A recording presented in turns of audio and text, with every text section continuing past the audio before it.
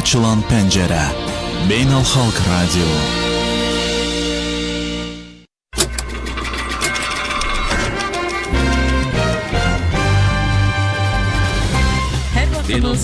Azərbaycan və Ermənistan Ötən həftə Türk dünyasında qeyri-qanuni hərbi qruplar. Azərbaycanın səsi efirdədir. Proqramımız davam edir.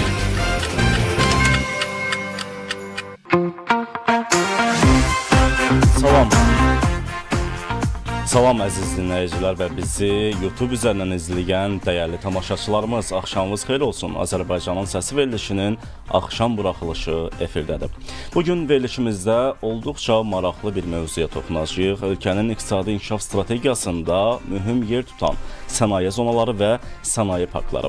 Bildiyimiz kimi bu zonalar yalnız yerli sahibkarlığın inkişafına deyil, eyni zamanda ölkəyə investisiya axınının güclənməsinə, yeni iş yerlərinin açılmasına və qeyri-neft sektorunun diversifikasiyasına xidmət edir.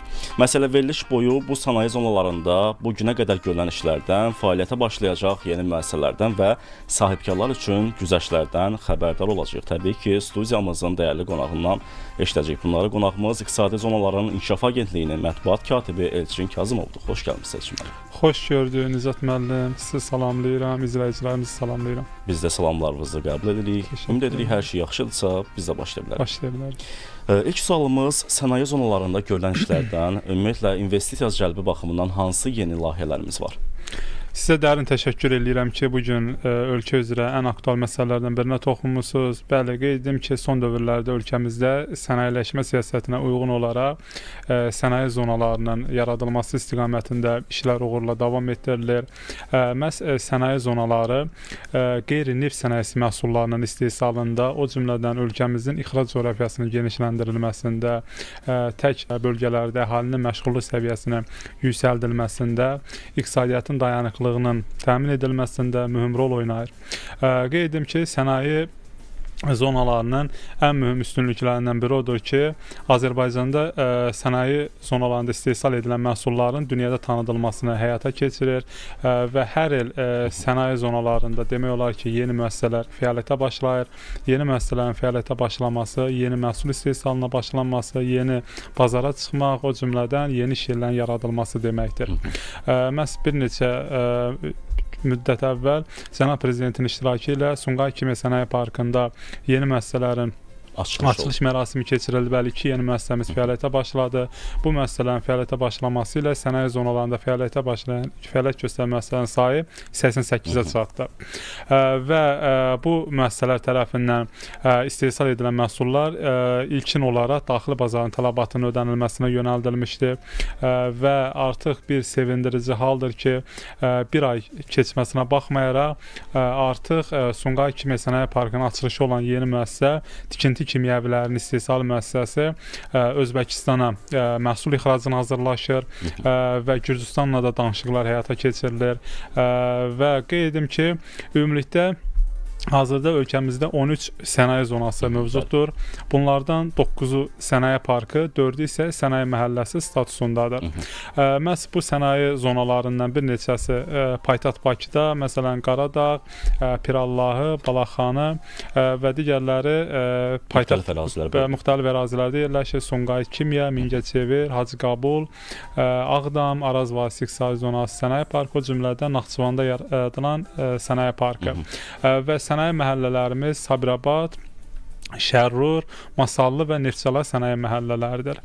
Bu adlarını çəkdiyim sənaye zonalarından Balaxanı Sənaye Parkı və Şərrur Sənaye Məhəlləsi istisna olmaqla digər sənaye zonalarının idarəçiliyi İqtisadi Zonaların İnkişaf Agentliyi tərəfindən həyata keçirilir.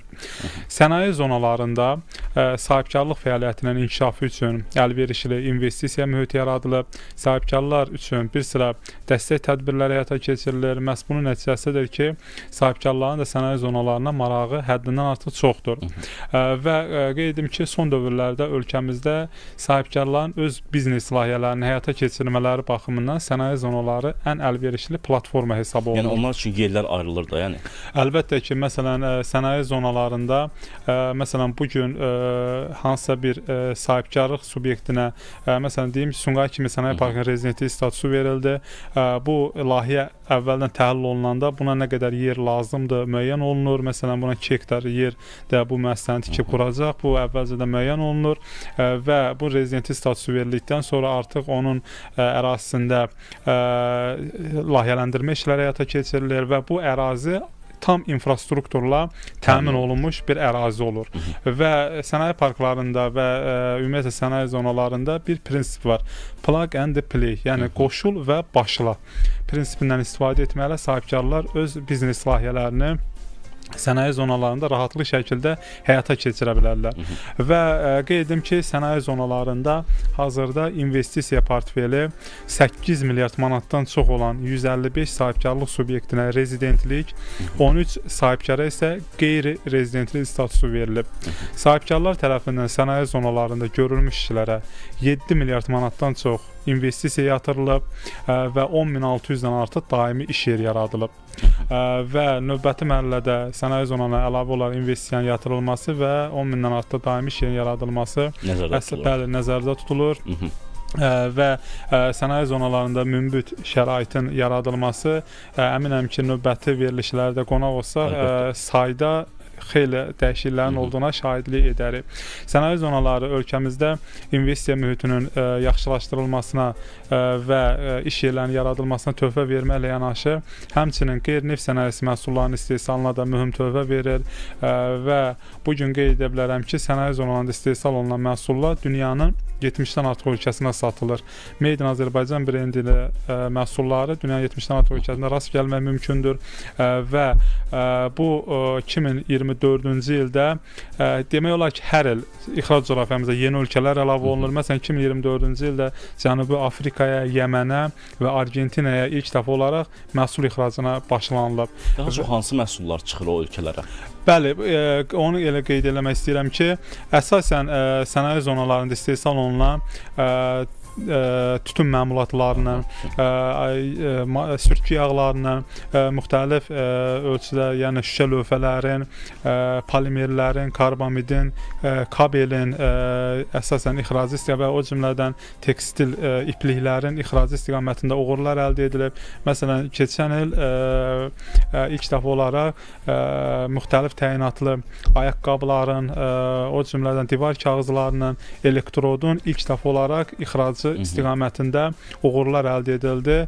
Məsələn, Azərbaycan ilk dəfə olaraq İraqa elektrod ixracına başladı və o cümlədən divar kağızlarının və müxtəlif təyinatlı ayaqqabıların ixracı istiqamətində uğurlar əldə edildi və biz sevindirici və qürur verici haldır ki, bu qeyd etdiyim divar kağızları və müxtəlif təyinatlı ayaqqabılar işğaldan azad edilmiş ərazilərdə olan Ağdam Sənaye Parkının rezidentləri tərəfindən həyata keçirilib.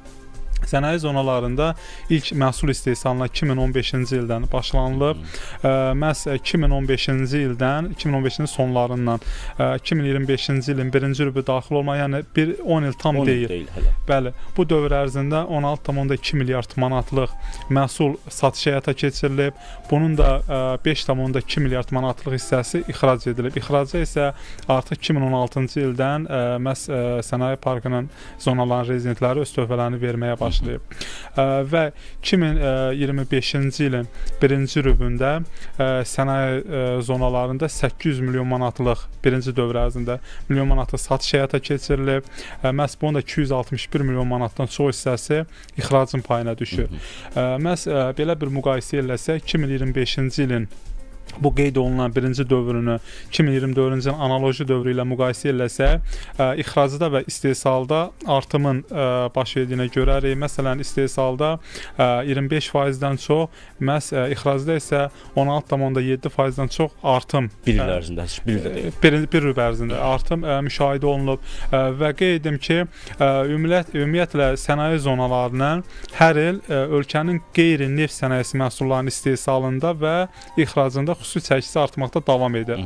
Məhz 2025-ci ilin statistik göstəricilərinə baxdıqda sənaye zonalarının qeyri-neft sənayesi məhsullarının istehsalında xüsusi çəkisi 27%, məhz ixracda isə 16%-dən çox olmuşdur. Məhz agentlik olaraq əsas hədəflərimizdən və məqsədlərimizdən biri odur ki, bu qeyri-neft sənayesi məhsullarının istehsalında və ixracında xüsusi çəkini daha da artıraq və 50%-dən belə, yəni yuxarı çatdırmaq əsas hədəflərdən biridir. Bəs ixrac məsələsində ən çox hansı məhsulun gəlir gətirdiyi ortaya çıxıbdır? Qeyd edim ki, ixracla bağlı ən çox satılan məhsullarımız məsələn polimerlərindir, məsələn karbamiddir, məsələn ümumiyyətlə ölkə üzrə bir neçə müddət ərzində polimer ixracı məsələn birinci yerdə qərarlaşmışdı. Məsələn bu da Sumqayıt Kimya Sənaye Parkının rezidenti tərəfindən həyata keçirilmişdi. Həm yerli bazar üçün də daha çox aktual bir məsələdir bu. Bəli, ümumiyyətlə sənaye zonalarının ən böyük hədəflərindən biri ilk olaraq daxili bazarın tələbatını ödəməkdir. Məhz daxili bazar tələbat ödənildikdən sonra artıq bu zavod istehsal etmək yəni gücü çoxdur və yerdə qalan məhsulu ixrac etmək imkanına sahib olur və yeni bazarlar araşdırır və bu uyğun bazarlara öz məhsullarının satışına başlayır. İnvestorlar üçün daha çox hansı güzəştlər olur, həm yerli, həm də xarici? Bəli, qeyd edim ki, sənaye zonalarında bayaq vurğuladığım kimi sahibkarlıq fəaliyyətinin inkişafı üçün dövlət tərəfindən bir çox güzəştli tədbirlər həyata keçirilir. Məsələn, bir sıra xarici qonaqlarla görüşdə də məsələn deyirlər ki, məsələn vurğulayırlar ki, Azərbaycanda sahibkarlıq fəaliyyətinin inkişafı üçün çox əlverişli mühit vəziyyət yaradır və ikinci belə bir ölkə olmaz ki, məsələn orada Azərbaycanda sahibkarlara tətbiq olunan güzəştlər o ölkələrdə yəni mövcud olsun. Məhz burada sahibkarlar dövlət vəsait hesabına hazır infrastrukturla təmin edilirlər. Yəni onlar heç bir texniki şərtləri almadan sadəcə mülkiyyətini gətirir, qoyur, satışını edir. Bəli, mülkiyyətini qurur və zavodunu tikir və bütün bu infrastruktur imkanlarına yəni çıxış əldə edir. Və infrastruktur çıxış imkanları deyəkdə burada elektrik enerjisi, qaz təchizatı, təbii qaz təchizatı, avtomobil yolları, dəmir yol xətləri, kanalizasiya sistemi və o cümlədən internetlə təminat dövlət tərəfindən həyata keçirilir və o cümlədən sənaye parklarının rezidentləri qeydiyyata alındıqları tarixdən etibarən 10 il müddətinə əmlak, mənfəət, torpaq vergilərindən istehsal məqsədi ilə texnika və texnoloji avadanlıqların idxalı zamanı tam olaraq ədəyə və gömrük rüsumlarından azad olunurlar. Bu həm yerli yoxsa xarici investorlar? Qeyd edim ki, bu qeyd etdiyim güzəştlərin hər biri yerli və xarici sahibkarlar üçün nəzərət olunub. Yəni xarici sahibkarlarla yerli sahibkarlar bunlardan bərabər şəkildə faydalana bilərlər. Və yəni onlar arasında heç bir ayrı seçkilik qoyulmur. Və o cümlədən qeyd edim ki, sənaye parklarında tətbiq edilən, yəni iqtisadi zonaların inkişafa Agentliyi idarəçiliyində olan sənaye parklarında tətbiq edilən idxal ƏDV-si və gömrük güzəştləri nəticəsində sənaye parklarının rezidentləri bu günə qədər 511 milyon manatdan çox, təkcə bu ilin birinci rübə ərzində isə 7 milyon manatdan çox öz vəsaitlərini qənaət ediblər. İşğaldan azad edilmiş ərazilərdə fəaliyyət göstərən Ağdam və Araz Vasi İqtisadi Zonası sənaye parklarında tətbiq edilən bu idxal ƏDV-si və gömrük güzəşti nəticəsində sahibkarlara mayın 1-nə qədər olan statistik məlumata əsasən 142 təsdiq edici sənəd verilib. Məhz bu təsdiq edici sənədlər əsasında sahibkarlar 8 milyon manatdan çox öz vəsaitlərinə qənaət ediblər. Bu qeyd etdiyim güzəştlərdən əlavə İşğaldan azad edilmiş ərazilərdə fəaliyyət göstərən sahibkarlar üçün əlavə güzəştlər paketi təklif edilir. Məhz bu güzəştlər paketinə sahibkarların ödədikləri kommunallara görə onun 20%-i kəşfiq olaraq sahibkarın özünə qaytarılır. O cümlədən Azərbaycan Respublikası Nazirlər Kabinetinin müəyyən etdiyi bir sıra xammal və materialların idxalı zamanı ƏDV və gömrük rüsumundan tam azad olma, sosial sığorta ödənişlərinin subsidiyalaşdırılması, xüsusi güzəştli bank kreditlərinin verilməsi. Məsələn, İqtisadi Nazirliyinin tabeliyində sahibkarlığın inkişaf fondu var ki, o müəyyən layihələrin həyata keçirilməsində yaxından iştirak edir. Sahibkarlara, yəni ən aşağı faizlərlə güzəştli kreditlər təklif edir. Məhz bu layihələr, bu köməklik nəticəsində sahibkarlar, yəni öz layihələrinin bir hissəsini, yəni bir qismini öz vəsaitləri hesabına, digərini məhz bu sahibkarlığın inkişaf fondundan alınan vəsait hesabına öz layihələrini həyata keçirmə imkanına malik olurlar. Bir musiqi fasiləsi elan eləyək, yenidən davam edəcəyik.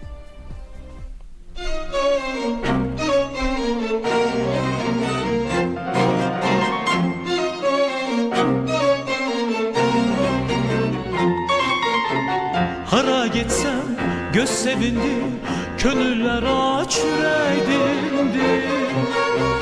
Hara getsem göz sevindi, könüller aç yüreğdindi.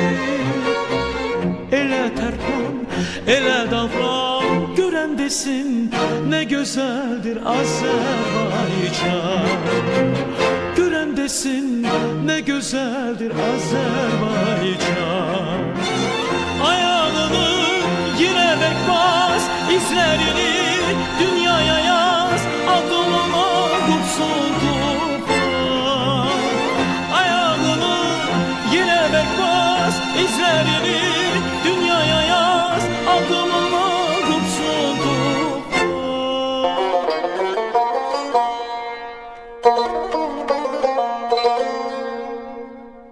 Gören desin ne güzeldir Azerbaycan. Gören desin ne güzeldir Azerbaycan.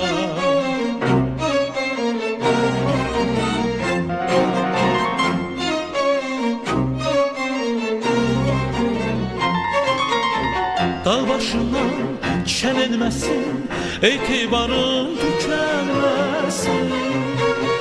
Dağ başından çelenmesin, etibarın tükenmesin.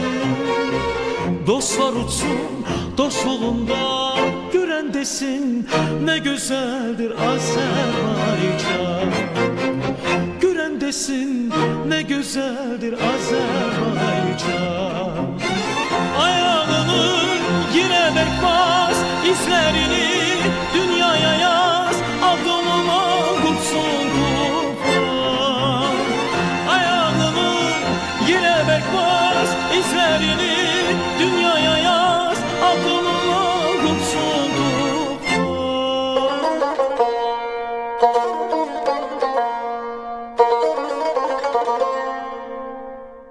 Gören desin ne güzeldir Azerbaycan.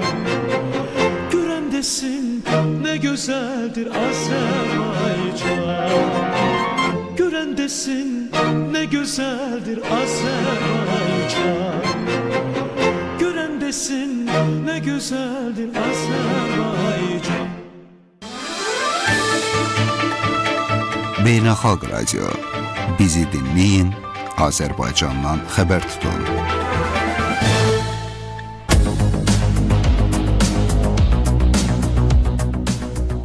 Bəli, əziz dinləyicilər və bizi YouTube üzərindən izləyən dəyərli tamaşaçılarımız, biz davam edirik. Elçin müəllim, Ağdam Sənaye Parkında bu günə qədər görülən işlər nələrdən ibarətdir? Qeyd edim ki, Ağdam Sənaye Parkı məhz 2 gün əvvəl yaradılmasından 4 il Tamam keçir. Bəli, park dövlət başçısının 2021-ci il 28 may tarixli fərmanı ilə yaradılıb. Ərazisi 190 hektar ərazini əhatə edir. Ağdam Sənaye Parkının bu rayonda yaradılması təbii ki, təsadüfi deyildi. Hamımıza yaxşı məlum olduğu kimi Ağdam rayonu işğaldan əvvəlki dövrlərdə ölkənin sənaye mərkəzlərindən biri idi. Burada müxtəlif təyinatlı zavod və fabriklər fəaliyyət göstərirdi. Və o şüarı qarşımıza bir hədəf qoyaraq Ağdamı nəinki Qarabağın, Respublikanın sənaye mərkəzlərindən birinə çevirməyi məhz hədəf kimi qoymuşuq və artıq müəssisələrin sayını qeyd etsək, işğaldan əvvəlki dövrlərdə olan zavod və fabriklərin sayından çoxdur. Bir şeydə Ağdamda yəni. Bəli, bu və Ağdam Sənaye Parkı hazırda ölkədə Sumqayıt Kimya Sənaye Parkından sonra rezidentlərin sayına görə, yəni müəssisələrin sayına görə ikinci ən böyük park hesab edilir. Yəni 4 il ərzində keçməsinə baxmayaraq park ölkənin ikinci ən böyük parkıdır və bu qeyd edə bilərəm ki, Ağdam Sənaye Parkının ən böyük uğurlarından biridir. Və parkın 70%-dən çox hissəsi artıq sahibkarların istifadəsinə verilib. Və artıq Ağdam Sənaye Parkında investisiya portfeli 250 milyon manatdan çox olan 27 sahibkarlıq subyektinə rezidentlik, 4 sahibkara isə qeyri-rezidentlik statusu verilib. Məhz bu 31 sahibkarlıq subyekti tərəfindən layihə üzrə işlərin görülməsinə 250 milyon manatın yatırılması planlaşdırılır. Və görülən işlərə artıq bu qeyd etdiyim məbləğin bir hissəsi demək olar ki, yatırılıb 111 milyon manatdan çox investisiya yatırılıb, 650 nəfərdən artıq daimi iş yeri yaradılıb. Məhz işə götürmə prosesində də Ağdam və ətraf rayonlardan olan sakinlərə üstünlük verilir. Məhz bir neçə gün öncə Ağdam rayonuna yəni bir qrup əhalinin köçməsinə şahidlik etdik. Məhz bu köçürülənlər içərisində Ağdam Sənaye Parkında işlə təmin olunanlar var. Yəni orada yaşayanlar həm də işləyə bilirlər. Bəli, həm orada yaşayıb, orada da işlə təmin olunurlar.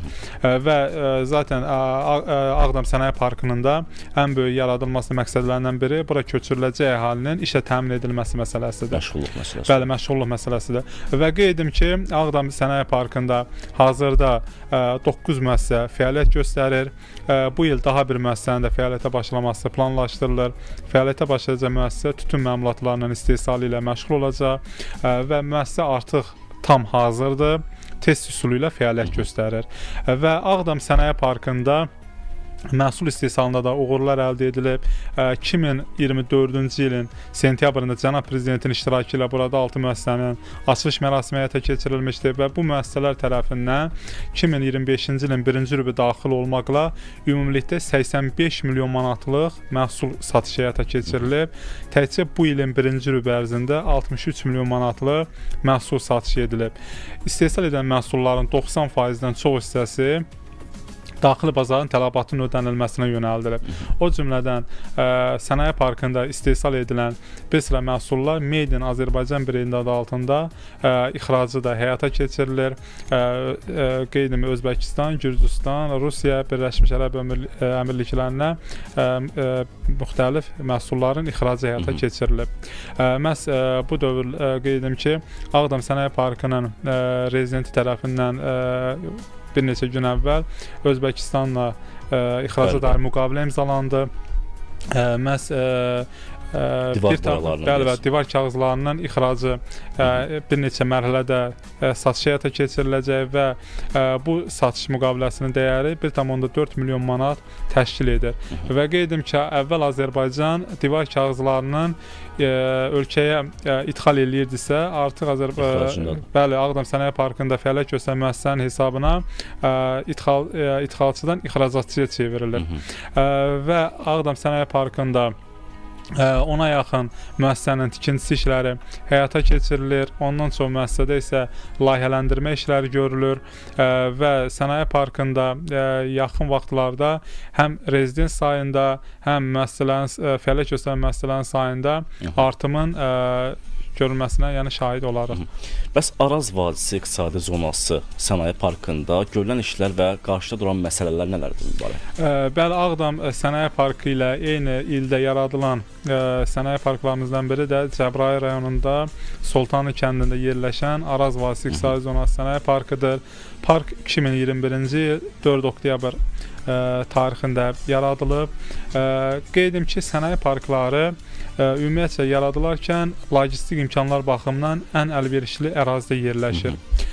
Çünki həm logistika baxımından, həm də infrastruktur çıxış imkanları baxımından əlverişli ərazidə olmalıdır ki, məhsullar bəzən gecikə bilər, qalmağa görə. Bəli, bu sahibkarların bazara çıxmasını asanlaşdırsın. Məhz qeyd edim ki, logistik imkanlar baxımından ən əlverişli ərazidə yerləşən park Araz Vadisi İqtisadi Zonası Sənaye Parkıdır. Bu park avtomobil yolunun, dəmir yol xətlərinin tam mərkəzində yerləşir. Gələcəkdə burada fəaliyyət göstərən, yəni rezidentlər, sahibkarlar öz məhsullarını bazara çıxma imkanları daha da asan olacaq. Və Araz Vadisi İqtisadi Zonası Sənaye Parkının əsas fəaliyyət istiqaməti kimi məhz burada ticarət mərkəzlərinin, logistika mərkəzlərinin, topdan və pərakəndə satış obyektlərinin, tır parkının, avtomobillərə, yük maşınlarına, texniki servis mərkəzlərinin, gömrük məntəqələrinin və sair müəssisələrin, obyektlərin yaradılması parkın əsas fəaliyyəti sırasındadır, bəli, gözlənilir və artıq sənaye parkında 2 müəssisə fəaliyyət göstərir. Məhz bu müəssisələrdə bir müəssisənin əsas fəaliyyət istiqaməti kənd təsərrüfatı texnikalarına, ağır yük maşınlarına texniki servis Baxışın xidməti xidməti göstərilir və o cümlədən yanacaq doldurma məntəqəsi fəaliyyət göstərir.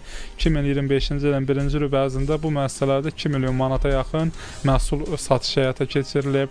Araz Vasif Sahil Zonası Sənaye Parkında investisiya portfeli 130 milyon manatdan çox olan 17 sahibkarlıq subyektinə rezidentlik, 3 sahibkara isə qeyri-rezidentlik statusu verilməz. Bu günlərdə Sənaye Parkında bir rezidentimiz qeydiyyata alındı. Yəni bununla da Sənaye Parkı rezidentlərinin sayı 17-yə çatdı və Sənaye Parkında görülən işlərə 35 milyon manatdan çox investisiya yatırılıb, 100 nəfərə yaxın insan daimi işlə təmin edilir. Məhz bu Sənaye Parkında da əsas tələblərdən biri işlə təmin olunan şəxslərin Cəbrayıl və ətraf rayonlardan olması, yəni burada əsas istiqamətlərdən biridir. Çünki burada da yəni ki, növbəti mərhələdə Cəbrayıl şəhərinə də yəni bir qrup əhali yəni köçürülür və bir qrup əhalinin də köçürülməsi plandadır və bu köçürülənlər arasında artıq işlə təmin olunanlar da var və köçürüləcək əhali arasında yəni işlə təmin olunanlar təbii ki, yəni mümkün olacaq. Və qeyd edim ki, Araz Vasif Sahil Zonası Sənaye Parkında hazırda 5 müəssisənin tikintisi davam etdirilir. Məhz bu müəssisələrin əsas fəaliyyət istiqamətləri dekorativ daşların, müxtəlif yapışqan lentlərinin, dezinfeksiya edici, maye-yuyucu vasitələrini, mina təmizləyən avadanlıqların istehsalı və beton məmulatların istehsalı ilə məşğul olacaqlar. Və planda var ki, bu il Sənaye Parkında bir neçə müəssisənin də fəaliyyətə başlaması mümkün olsun, bəli, gözlənilir və fəaliyyətə başlayacaq müəssisələr dekorativ daşların və müxtəlif yapışqan lentlərin istehsalı ilə məşğul olacaqlar və qeyd edim ki, bu fəaliyyətə başlayacaq dekorativ daşların istehsalı müəssisəsi Cənubi Qafqazın ən böyük müəssisələrindən biri olacaq, yəni bu təyinatına görə. Və Araz Vasif Sahil Zonası Sənaye Parkında hazırda 10-a yaxın müəssisədə layihələndirmə işləri həyata keçirilir. Həm Ağdam Sənaye Parkında, həm də ki Araz Vasif Sahil Zonası Sənaye Parkında İqtisadi Zonaların İnkişafı Agentliyinin inzibati mərkəzlərinin də bu il fəaliyyətə başlaması planlaşdırılır.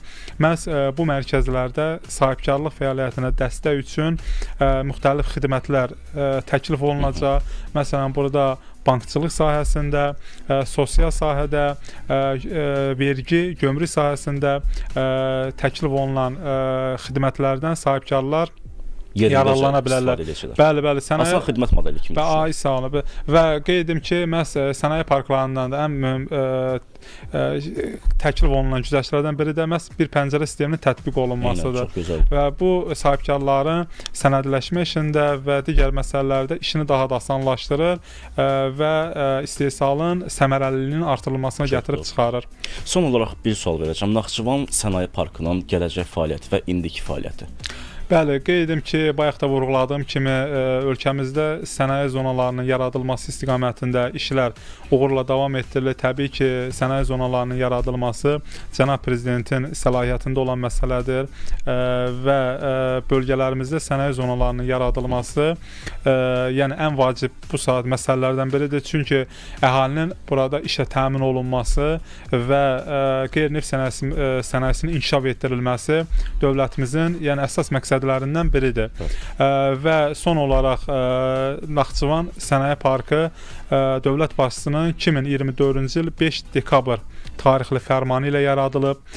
Park 310 hektar ərazi yəni də yerləşəcək və parkda digər sənaye parklarında olduğu kimi işlər mərhələli və planlı şəkildə icra olunacaq. Və ilkin mərhələdə artıq sənaye parkının prioritet fəaliyyət istiqamətləri müəyyənləşdirilib.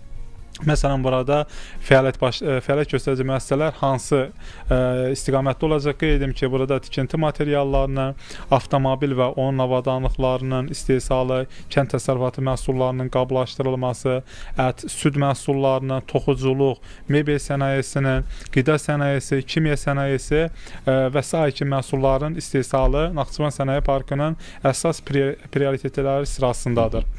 Və artıq prioritet istiqamət müəyyənləşdirilib müəyyənləşdirildikdən sonra park layihələndirmə mərhələsindədir və ilkin işlərin görülməsinə dövlət vəsaiti hesabına 500.000 manatdan çox yəni vəsait ayrılıb və yaxın vaxtlarda Naxçıvan Sənaye Parkında infrastruktur işlərinin qurulmasına başlanılacaq və qeyd edim ki, Naxçıvan Sənaye Parkında artıq sahibkarların maraq dairəsinə səbəb olub, müəyyən layihələr, müraciətlər olur. Məhz infrastruktur işlərinin müəyyən bir hissəsi tamamlandıqdan sonra sahibkarların müraciətlərinə baxılacaq, layihələri dəyərləndiriləcək və artıq onlara Naxçıvan Sənaye Parkının rezidentlik statusu veriləcək. Və qeyd edim ki, Naxçıvan Sənaye Parkının fəaliyyətə başlaması bir sıra müsbət tendensiyaların yaranmasına gətirib çıxaracaq. Qeyd edim ki, ilk olaraq bölgədə məşğulluq səviyyəsini yüksəldəcək, bölgədə iqtisadi tarazlığın inkişafına gətirib çıxaracaq, xam mal ehtiyatlarından səmərəli istifadə etməyə təkan verəcək, qeyri-neft sənayesi məhsullarımızın çeşidlərini artıracaq, ixrac coğrafiyamızı genişləndirəcək və bütün bunlarla yanaşı növbəti illərdə, gələcəkdə digər ərazilərimizdə də sənaye zonalarının yaradılması nəzərdə tutulur. Əsasən Gəncə ətrafı ərazilərdə plan var ki, yeni bir sənaye zonası yaradılsın və əhali, yəni işlə təmin olunmasına bu sənaye zonalarımız öz töhfəsini versin. Çox sağ olun Elçin müəllim, gəldiyiniz üçün maraqlı məlumatlar bölüşdünüz bizlərlə, həm dinləyicilərlə. Təşəkkür edirəm. Bəli, əziz dinləyicilər və bizi YouTube üzərindən izləyən dəyərli tamaşaçılarımız, bugün İqtisadi Zonaların İnkişaf Agentliyinin mətbuat katibi Elçin Kazımovla birlikdə sənaye zonalarında görülən işlərdən danışırdıq. Beləliklə, aparıcınız Nicat Cəfər və bizim pult arxasında eləşən dəyərli əməkdaşlarımız var. Efir rejissorumuz Qızqayış Camalova, YouTube rejissorumuz Fərid Məmmədovdur. Sağ olun, salamat qalın. Qarışdırdım rejissorları.